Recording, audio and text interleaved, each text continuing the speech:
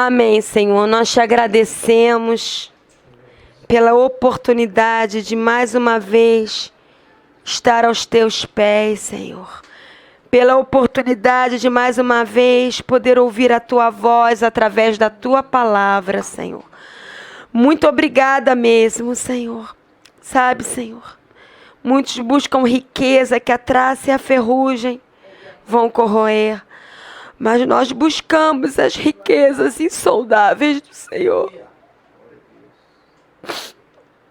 Nós buscamos as riquezas que vêm das regiões celestiais para as nossas vidas, que nos firma, nos edifica e nos ajuda a perseverar, porque só aqueles que perseverarem até o fim serão salvos. Oh, Senhor, fala conosco, Senhor. Fala aos nossos corações, que o Espírito Santo venha abrir o nosso entendimento, que possamos ouvir a voz do Senhor através da Tua palavra. Em nome do Senhor Jesus. Amém. Amém. Vamos abrir em Lucas, capítulo 23.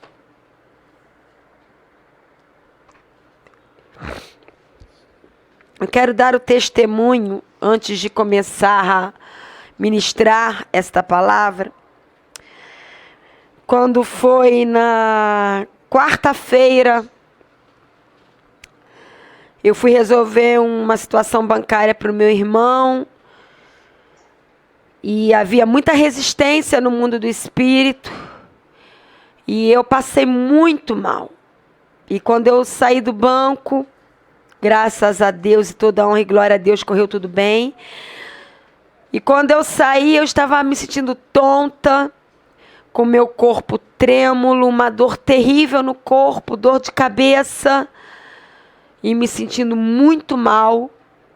E eu entrei num shopping aberto que tem ali próximo ao banco, chamado Main Street.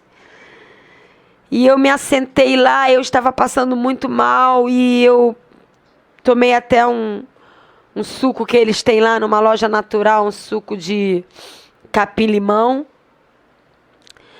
E me sentei lá, abri a Bíblia e falei, Senhor, eu vou ler a palavra. Só que a dor era tão forte que a Bíblia parecia embaçada, eu não conseguia ler.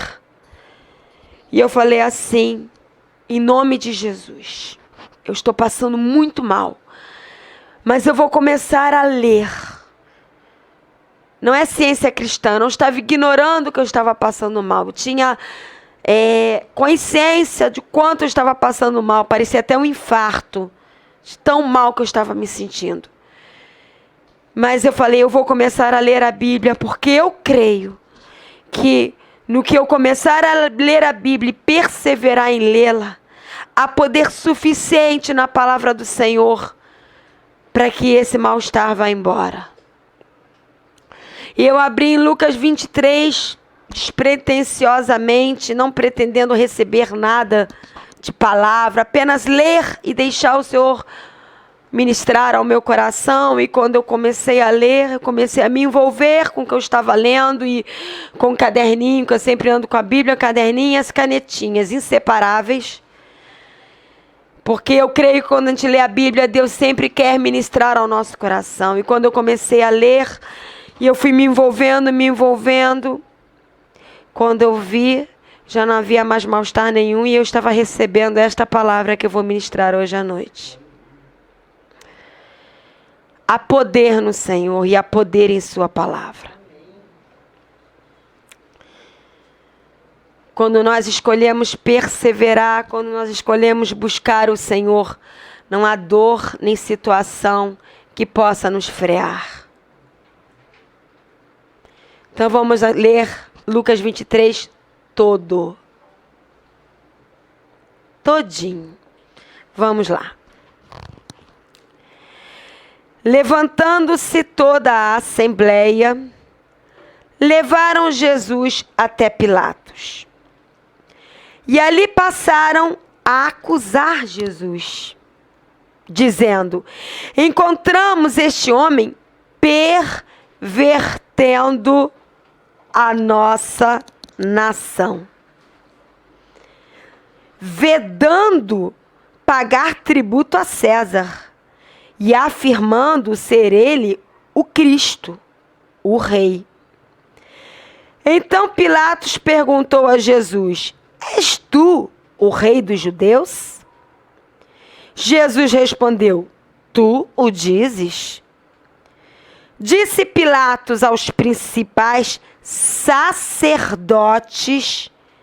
e às multidões: Eu não vejo neste homem crime algum. Mas eles insistiam cada vez mais, dizendo: Esse homem alvoroça o povo, ensinando por toda a Judéia, desde a Galileia, onde começou, até aqui. Tendo Pilatos ouvido isto, perguntou se aquele homem era galileu. Ao saber que ele era da jurisdição de Herodes, estando Herodes naqueles dias em Jerusalém, mandou Jesus para Herodes. Herodes, vendo a Jesus, sobremaneira se alegrou, pois havia muito que queria vê-lo, por ter ouvido falar a respeito dele. Esperava também vê-lo fazer algum sinal. E de muitos modos interrogou a Jesus. Jesus, porém, nada lhe respondia. Os principais sacerdotes e os escribas ali presentes acusavam Jesus com grande veemência.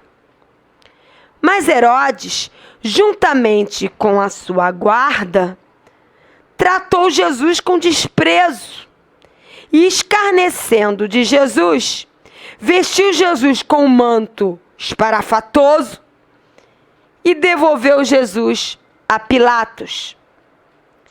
Naquele mesmo dia, Herodes e Pilatos se reconciliaram, pois antes viviam inimizados um com o outro.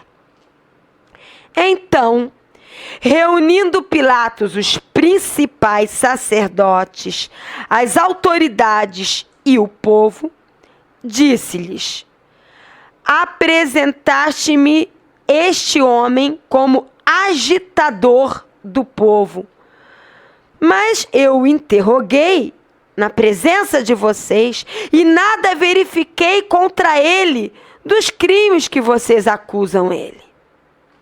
Nem tampouco Herodes, pois me mandou ele de volta. É, pois, claro que nada contra ele se verificou digno de morte. Portanto, vou castigá-lo e depois vou soltá-lo.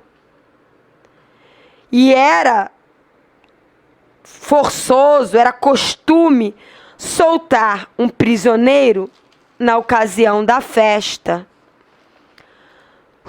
Toda a multidão, porém, gritava: Fora com este! E solta Barrabás. Barrabás estava no cárcere por causa de uma sedição na cidade e também por homicídio, porque ele matou. Desejando Pilatos soltar a Jesus, insistiu com eles.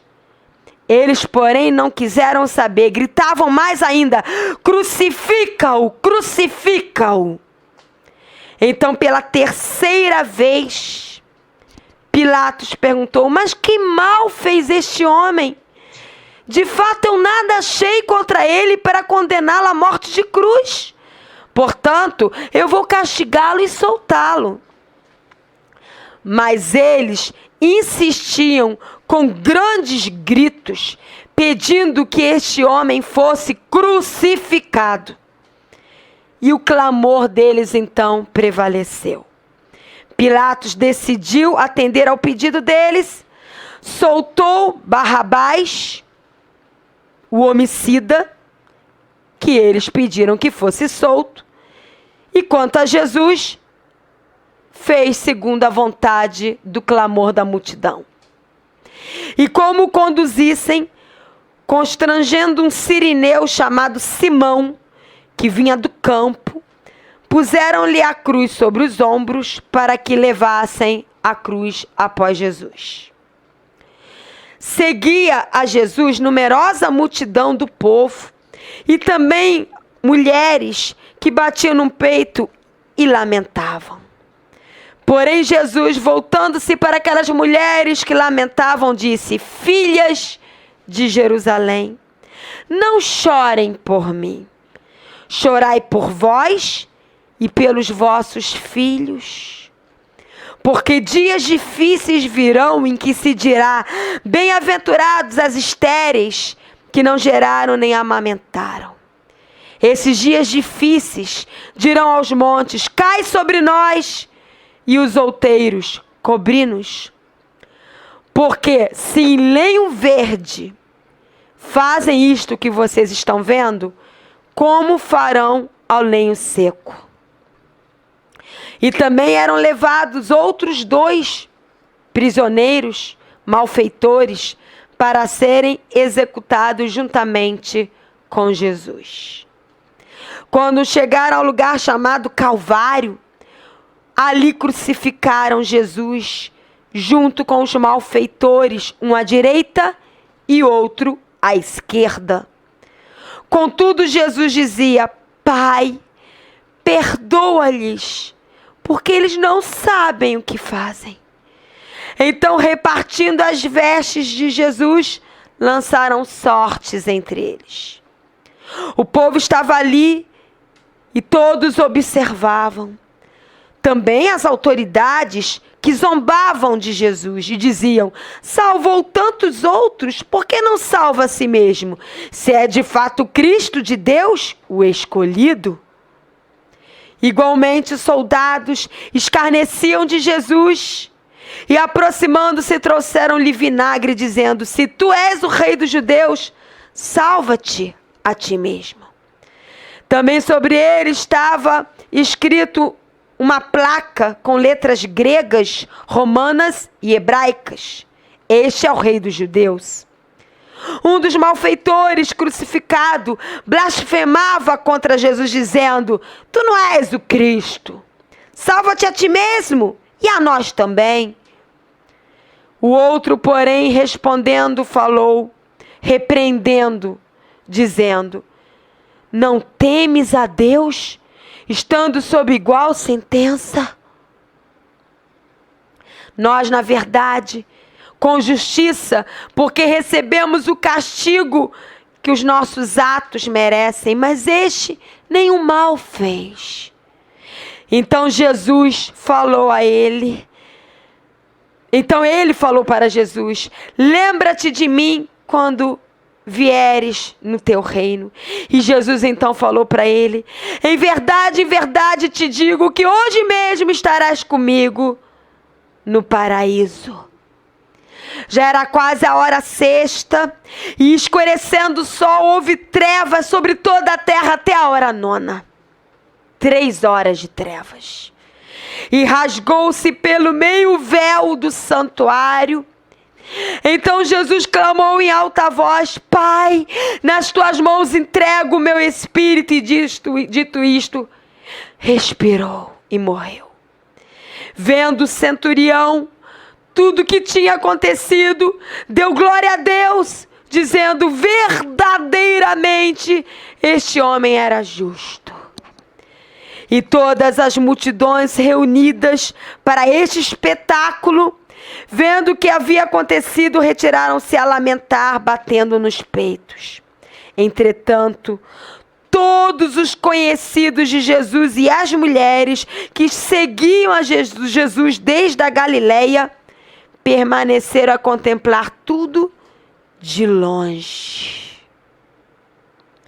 E eis que certo homem chamado José, membro do Sinédrio, homem bom e justo, que não tinha concordado com designação dos outros, natural da Arimateia, cidade dos judeus, e que esperava o reino de Deus, tendo procurado a Pilatos, pediu o corpo de Jesus. E tirando Jesus do madeiro, da cruz, envolveu Jesus num lençol de linho e depositou o corpo de Jesus num túmulo aberto em rocha, onde ainda ninguém havia sido sepultado. E era o dia da preparação e começava o sábado. As mulheres que tinham vindo da Galileia com Jesus, seguindo a Jesus, viram o túmulo e como o corpo fora ali depositado. Então se retiraram para preparar aromas e bálsamos. E no sábado descansaram segundo o mandamento. Esses foram os momentos finais de Jesus Cristo. E até nos momentos finais, ele deixou preciosos ensinamentos. E hoje nós vamos aprender esses ensinamentos que ele deixou em seus momentos finais. O primeiro pensamento, nós podemos ver no versículo 2, 5, 10, 11 e 14 de Lucas 23.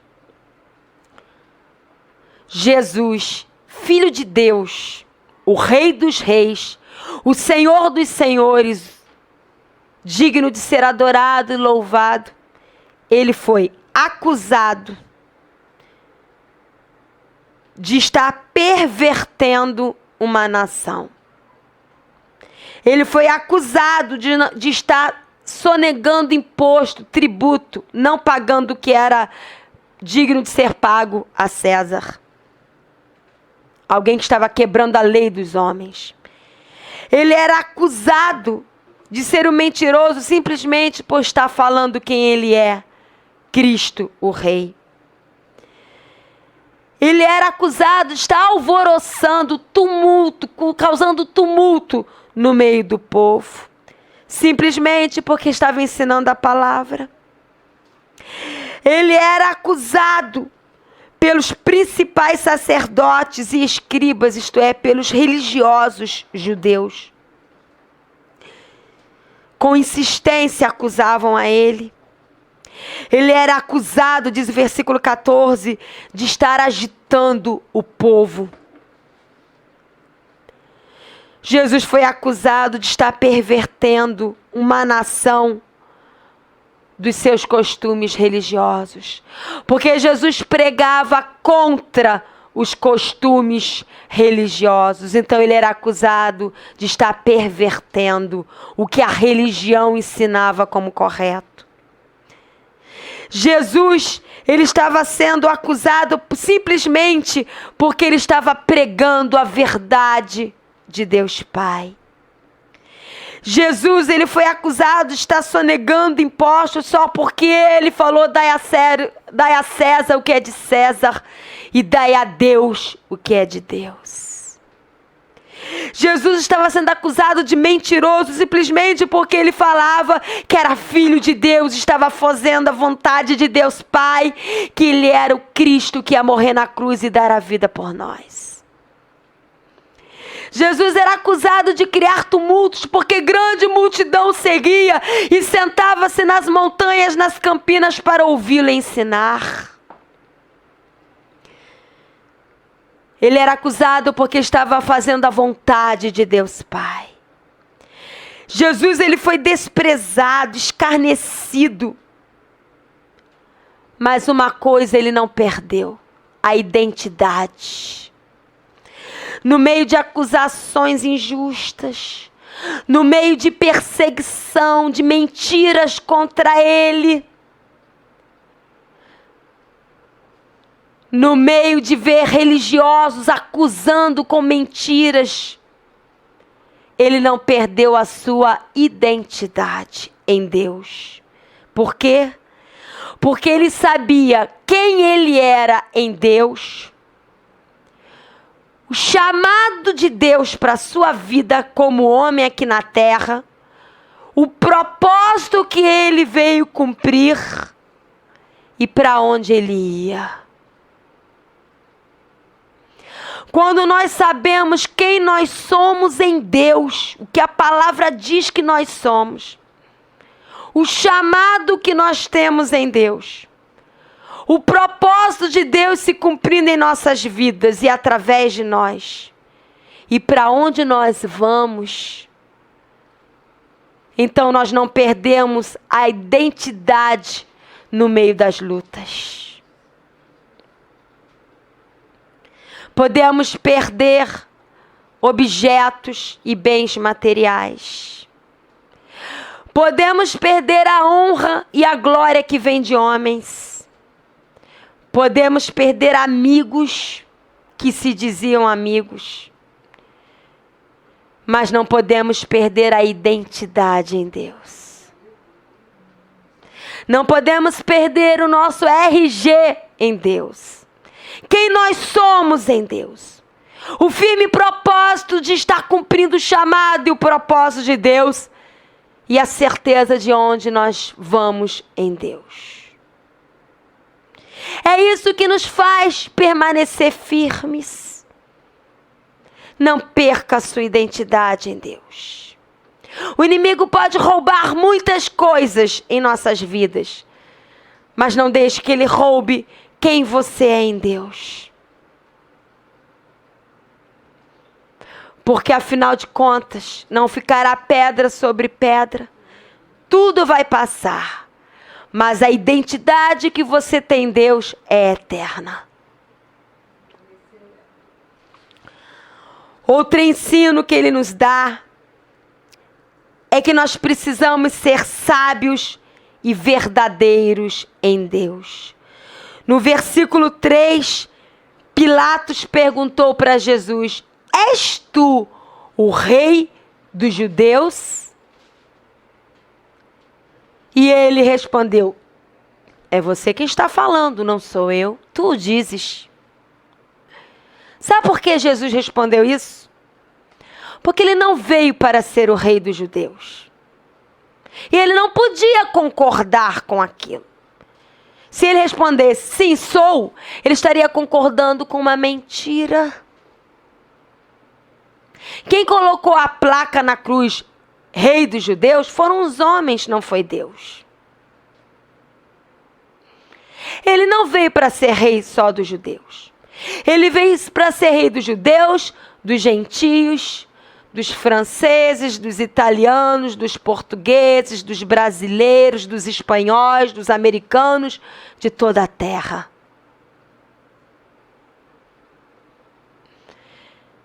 Então, quando nos colocam contra as paredes com perguntas que querem tentar nos confundir, não foi isso que o diabo fez, Satanás fez com Eva? Não foi assim que Deus disse? E Eva, confusa, concordou com a mentira de Satanás. Deus falou que falou para Adão e Eva que eles poderiam comer de todas as árvores e que eles poderiam comer da árvore da vida que estava no meio do jardim. Eles só não poderiam comer da árvore do conhecimento do bem e do mal. Mas Satanás, muito astuciosamente, chegou e falou: foi assim que Deus disse? Não comereis de todas as árvores?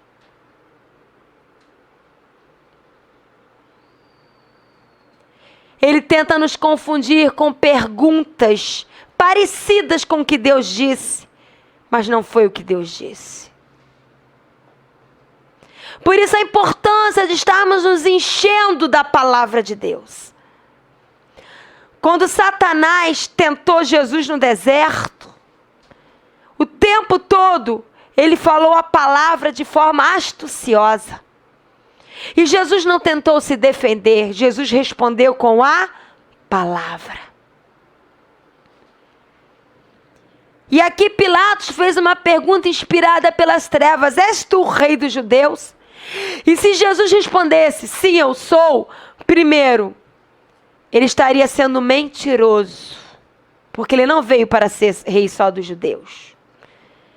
Segundo, ele estaria compactuando com o que os judeus queriam acusá-lo de mentiroso. Então ele respondeu: tu dizes. Jesus foi sábio e verdadeiro em sua resposta. E nós precisamos buscar de Deus discernimento para respondermos sempre com a sabedoria e a veracidade, a verdade de Deus. Mas onde nós encontramos sabedoria? A palavra de Deus diz: buscai sabedoria em Deus e Ele não nega a ninguém. E como que nós buscamos sabedoria em Deus? Será que é em cultos de busca de poder, quicando sem parar? Não sou contra cultos de poder. Mas se cultos de poder fizesse os cristãos chegarem à maturidade, a igreja estaria bem madura. O que nos leva à maturidade é o conhecimento da palavra de Deus. E não a letra que mata, mas o espírito que vivifica. É quando nos sentamos diariamente a sós com Deus, abrimos a Bíblia, lemos com o coração aberto, deixando Ele ministrar aos nossos corações. Ninguém cresce espiritualmente se não se expondo à palavra de Deus diariamente. Terceira coisa que o Senhor nos ensina aqui nos seus últimos dias é que nós enfrentamos alianças de perseguições. Lembra que no versículo 12 de Lucas 23, fala que Herodes e Pilatos, eles estavam brigados. Mas quando eles viram que eles podiam condenar e perseguir Jesus, eles se uniram. Fizeram as pazes para poder fazer a vontade das trevas.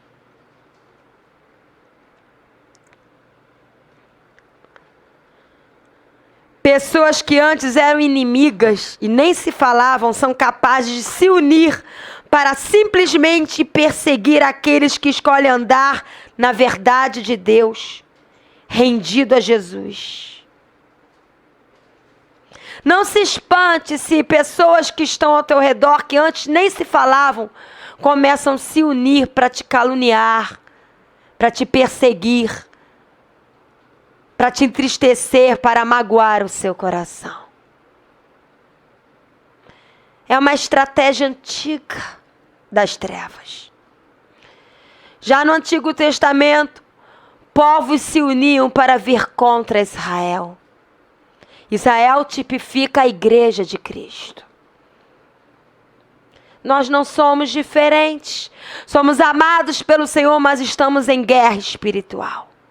E uma das estratégias são alianças das trevas. Homens e mulheres se aliançando para vir contra aqueles que querem viver segundo o coração de Deus.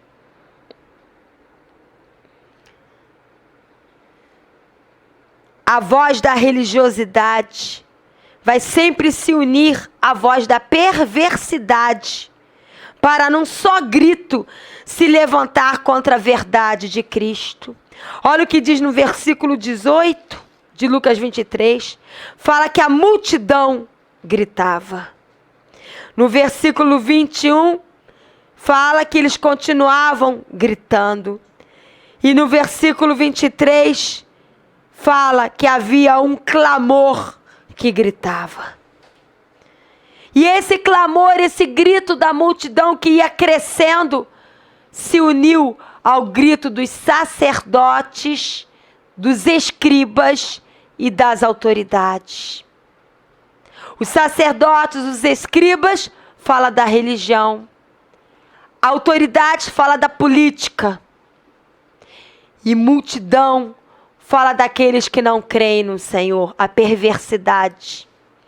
Se unindo para perseguir a igreja. Lembra? Pilatos tentou livrar Jesus 3 vezes de ser morto na cruz. No versículo 22 fala: então pela 3ª vez Pilatos perguntou: eu não vejo mal nele, que tal só castigá-lo e soltá-lo? Então Pilatos tentou livrar Jesus 3 vezes. Mas por 3 vezes a multidão gritou: crucifica-o. Pedro negou Jesus 3 vezes. E Jesus ficou, aquela escuridão que envolveu a cruz de Jesus com todo aquele espetáculo, foram durante 3 horas. 3 dias foi o que durou entre a morte de Jesus e a ressurreição. O galo cantou 3 vezes antes de Pedro negá-lo. Por que isso? Porque 3 fala da totalidade de Deus. Significa que por mais que a religiosidade se levante através dos falsos líderes e falsos profetas, por mais que a perversidade coletiva se levante, tipificada pela multidão, e por mais que a indiferença humana, tipificada pela negação de Pedro, se levante, a vontade de Deus vai se cumprir. A vontade soberana de Deus vai se cumprir. A igreja, a noiva, a esposa de Jesus vai ser edificada, vai ser restaurada, vai ser adornada. Jesus vem buscar a sua igreja e nada nem ninguém vai impedir isso. Por mais que a religiosidade, as autoridades e a perversidade se levante contra a tua vida, se você escolher viver segundo o coração de Deus, rendido a Ele, obediente a Ele, ouvindo a voz dEle, fazendo toda a vontade dEle, nada nem ninguém vai impedir que a vontade de Deus se cumpra em você e através de você. Outro ensinamento que Jesus nos deu nesses últimos momentos dele é que nós somos chamados à intercessão. Do versículo 27 ao versículo 31 de Lucas 23, haviam mulheres que estavam lamentando por tudo que estavam fazendo a Jesus. Certamente estavam chorando. E quando Jesus viu aquelas mulheres chorando, se compadeceu delas e falou para elas: não chorem por minha causa. Comecem a chorar por vocês e pelos seus filhos, isto é, por toda uma geração que vem depois de vocês. Porque vão vir dias difíceis, dias de muita perseguição. E por isso que os montes vão dizer: cai sobre nós, e os outeiros venham nos cobrir. Porque vão ser momentos muito difíceis. E se estão fazendo isso com lenho verde, que sou eu, não vão fazer com lenho seco, que é a igreja? É um chamado à intercessão. O que é interceder? É se colocar entre a situação e Deus e clamar para que se cumpra toda a vontade de Deus. Precisamos estar intercedendo pela igreja como nunca. Precisamos estar intercedendo pelos líderes na casa de Deus. Abre lá, deixa marcado em Lucas 23 e abre em Mateus 24, 9. Mateus 24, versículo 9.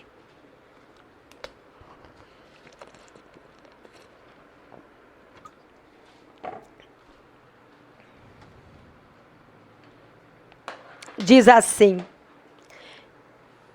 é a Bíblia que está dizendo, não sou eu. Então sereis atribulados.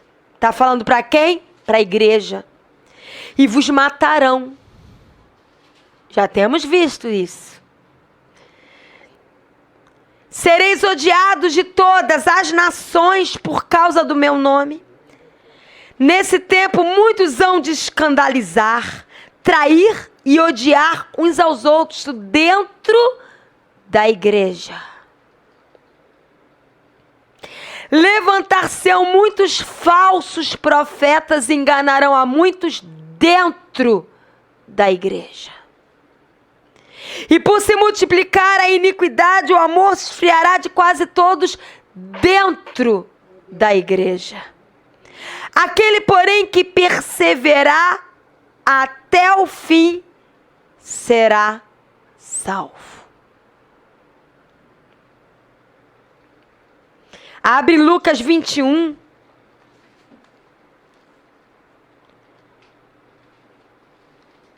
Lucas 21, 16 a 19, olha o que diz. É a Bíblia que está falando. Se você acha que eu vou ler agora chocante, vá na papelaria amanhã, compra um liquid paper, um corretivo branco e passa na sua Bíblia. Mas que está escrito, está. Olha o que diz. E sereis, quem? Cristãos. Entregues até por vossos pais, irmãos, parentes e amigos, e matarão alguns dentre vós. De todos sereis odiados por causa do meu nome. Contudo, não se perderá um só fio de cabelo da vossa cabeça, e é na vossa perseverança que ganhareis a vossa alma. Precisamos interceder uns pelos outros.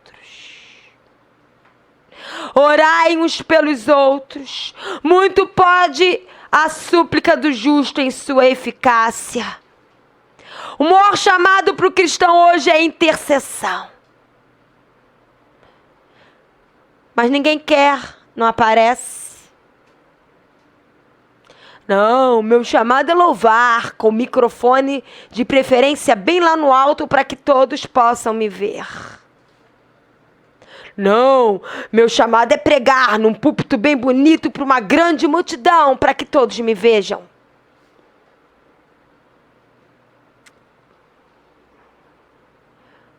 Mas fechar a porta do teu quarto e interceder ninguém vê. Mas é a única coisa que move os céus.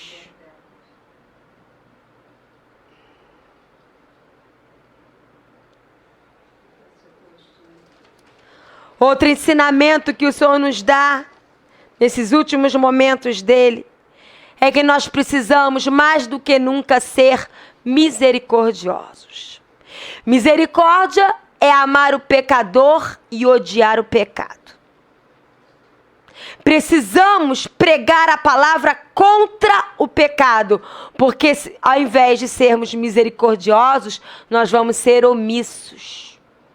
E lá no Salmo 39, Salmo, se não me engano, vou lhe dizer já. Salmo, eu li, não está na apostila que eu fiz. Salmo 39, olha o que diz no versículo 2. Emudeci em silêncio e calei acerca do bem, e a minha dor se agravou. Se você não prega a verdade contra o pecado e a favor do bem, da justiça de Deus, se por medo você se cala e não fala, não anuncia a palavra de Deus, a sua dor dentro de você vai se agravar, porque vai vir o peso da omissão. Ser misericordioso não é ser omisso. Ser misericordioso é não expor o outro. É entender a dor do outro, as limitações do outro. É pregar em amor a verdade para que o outro se converta, para que o outro se conserte, porque você quer o bem do outro e não o mal. Isso é misericórdia. Olha no versículo 34 de Lucas 23. Aqueles que estavam colocando Jesus na cruz. Ele era o Filho de Deus. Ele podia falar, venha sobre eles um raio e mate a todos eles. Não. Pai, perdoa a todos eles porque eles não sabem o que estão fazendo. Sabe o que significa cristão? pequeno Cristo na terra.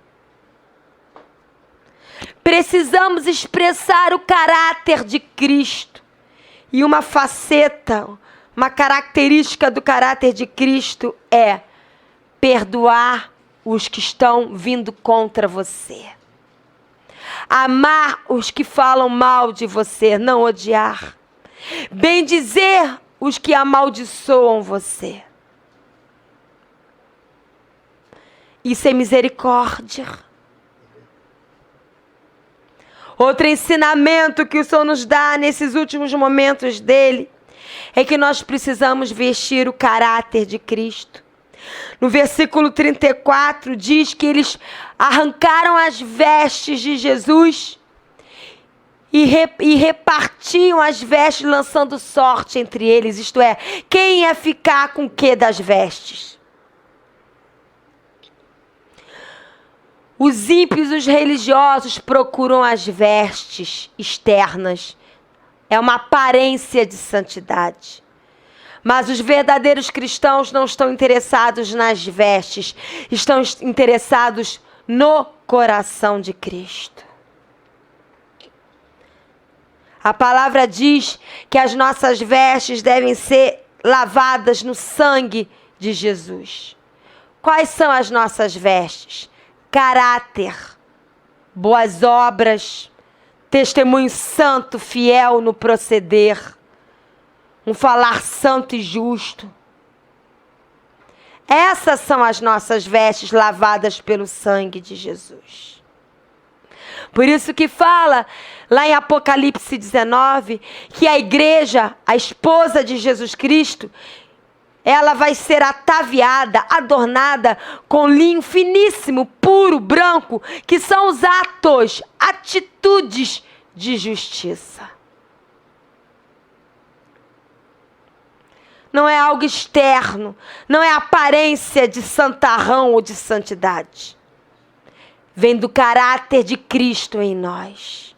Vem da vida de Cristo fluindo de dentro para fora.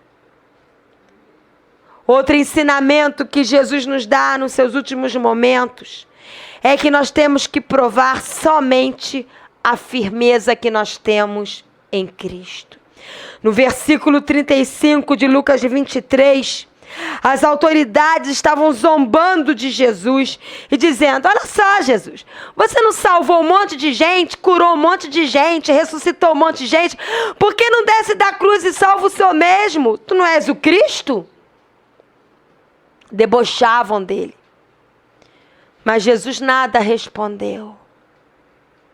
Sabe por quê? Ele não estava ali para se defender, nem para provar nada.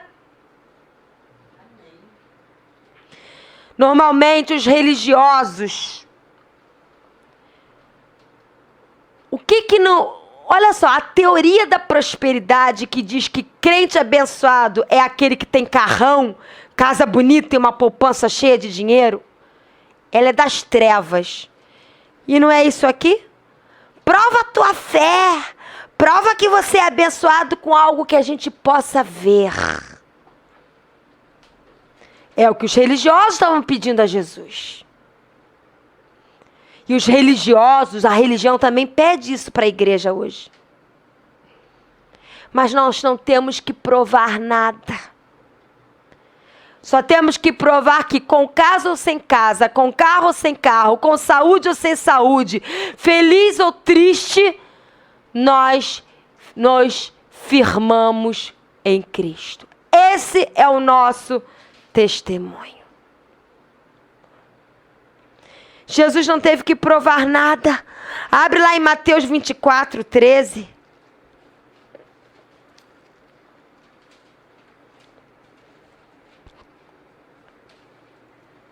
Mateus 24, 13, olha o que diz.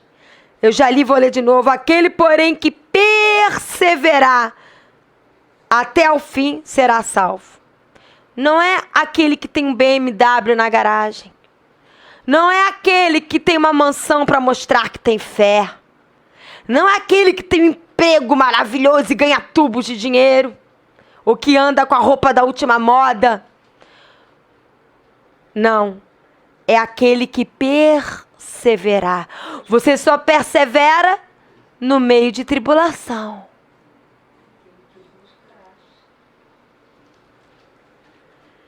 Olha o que diz em Marcos 13:13. Marcos 13, capítulo 13, versículo 13. Sereis odiados de todos por causa do meu nome.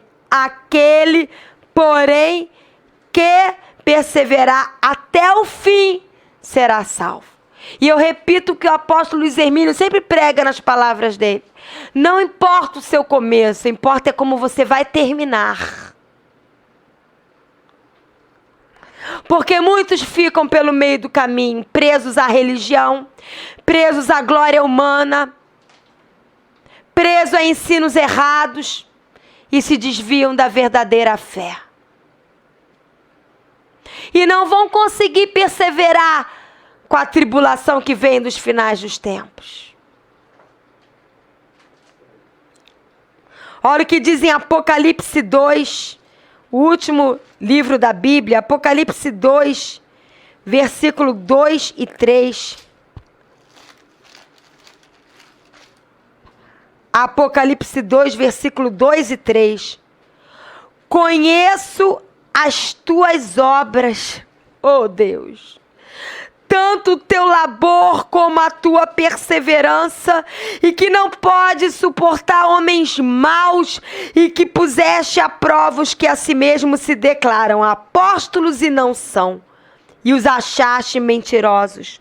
E tens perseverança e suportaste provas por causa do meu nome, e não te deixaste esmorecer.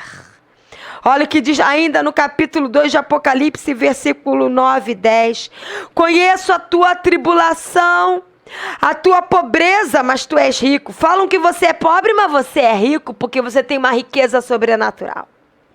E a blasfêmia dos que a si mesmos se declaram judeus e não são, sendo antes sinagoga de Satanás. Não temas as coisas que tens de sofrer. Eis que o diabo está para te lançar em prisão, alguns dentre vós, para ser dispostos à prova, e tereis tribulação de 10 dias. Ser fiel até a morte, e dar-te-ei a coroa da vida. Esse é o testemunho. Ser fiel até a morte. Passar pela tribulação e não negar ao Senhor. Amar ao Senhor não por aquilo que Ele pode dar, mas por aquilo que Ele é. Outro ensinamento que nós aprendemos nos momentos finais de Jesus é que nós podemos ganhar vida para o Senhor em todo tempo e em qualquer circunstância. No versículo 44 a 47 de Lucas 23, eu não vou ler de novo, vou só explicar. Houve todo o sol se escureceu, houve aquela escuridão, aquele terremoto. Então Jesus expirou e entregou o espírito dele a Deus e morreu. E até na sua morte, um centurião vendo aquilo se converteu. No momento mais difícil de Jesus, quando Jesus estava morrendo, um centurião veio e se converteu. E falou, esse realmente era filho de Deus, justo, um homem justo. E se converteu.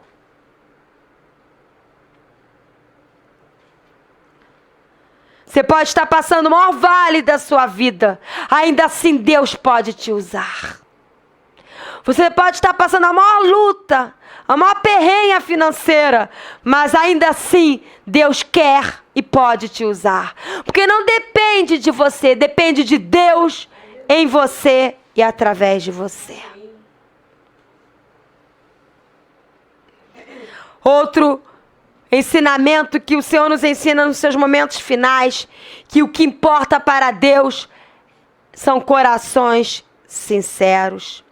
Do versículo 50 a 53 de Lucas 23 que nós lemos, quem foi usado para pegar o corpo de Jesus e enrolá-lo no lençol? Foi um dos discípulos que estavam, um dos 12 discípulos que estavam com ele? Não. As mulheres que seguiam ele o tempo todo? Não. Foi José. Um desconhecido José, membro do Sinédrio. Era uma autoridade diante dos homens, mas religiosamente falando era um desconhecido. Mas ele era bom e justo. Ele não concordava com os religiosos. Mas ele buscava o reino de Deus.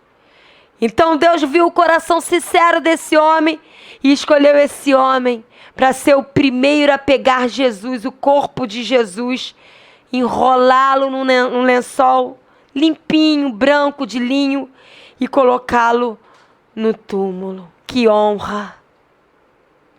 Sabe por quê? Deus não está buscando títulos. Deus não está buscando reconhecimento humano, glória humana. Deus está buscando corações sinceros, rendidos a Ele e que quer o reino, o domínio, o governo de Deus acima de tudo e de todos. E por último, hoje, o ensinamento que Deus nos dá nesses últimos momentos dele está do versículo 49 ao versículo 55.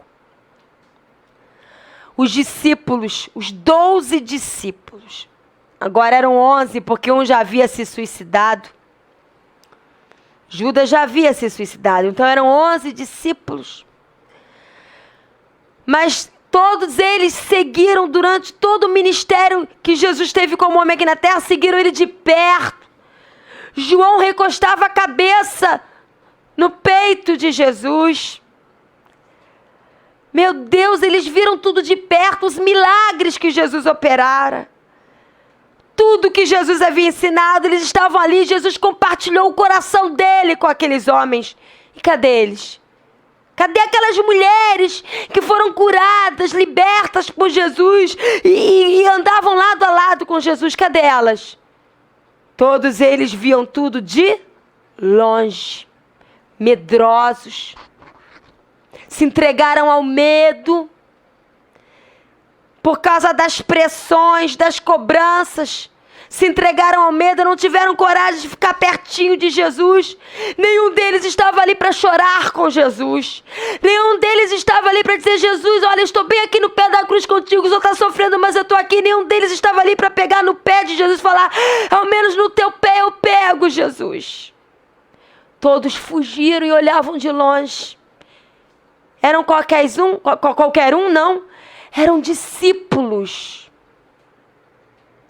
Isso nos ensina que discípulos também erram.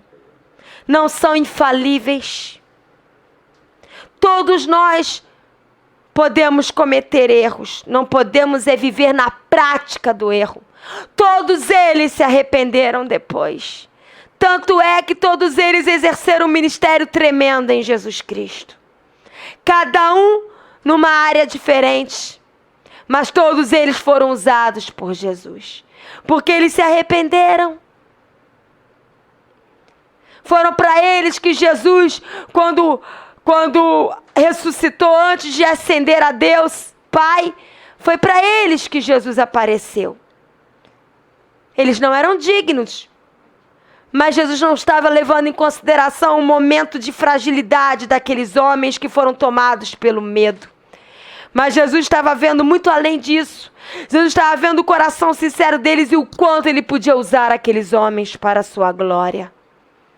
Então, ainda que cometamos erro, não se lance no chão e diga: está tudo perdido, agora já era. Não. Peça perdão, se arrependa. Não fique na prática do erro. Porque o Senhor quer nos usar, a despeito das nossas falhas e dos nossos erros. Porque em João 4, não vou ler, depois você lê 1 João, lá no final, 1 João 4, 16 a 18, fala que Deus é amor. E o amor de Deus perfeito lança fora todo o medo. O medo Quando nós somos possuídos pelo medo, ele produz tormenta. Mas quando nós mergulhamos no amor de Deus, esse amor lança fora todo o medo. Amém? Eu espero que Deus tenha falado aos seus corações. A todos que estão aqui presentes nesta sala ouvindo, a todos que estão pelo Skype e a todos que vão ouvir através de uma gravação, através do YouTube, através do Facebook, através do WhatsApp. Eu quero deixar os contatos. Nós somos a Igreja Jardim de Deus, eu sou a pastora Patrícia Garcia Ferrari Moura, o meu marido é o pastor José Arthur Mendes Moura. Nosso ministério é pequeno, humanamente falando, mas o nosso objetivo é edificar o corpo de Cristo e abençoar muitas vidas. Não estamos atrás de fama, nem de ser reconhecido por homens. Mas nós damos contatos porque nós desejamos abençoar vidas de forma prática.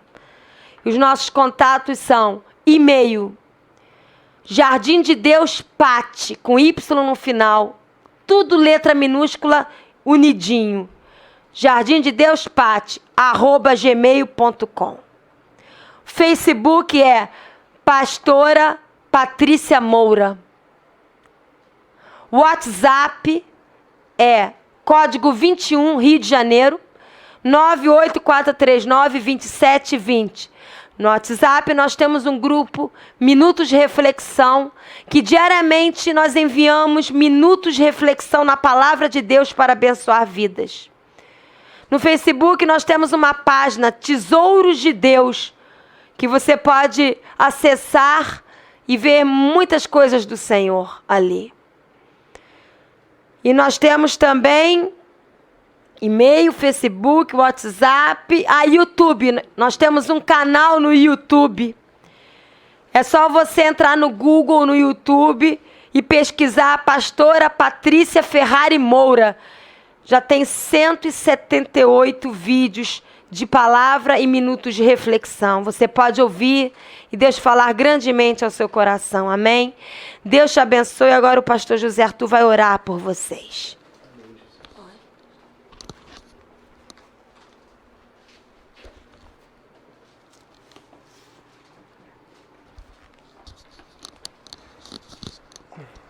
Pai Celestial, obrigado por essa noite, pela Tua palavra. Obrigado pelo louvor, Pai.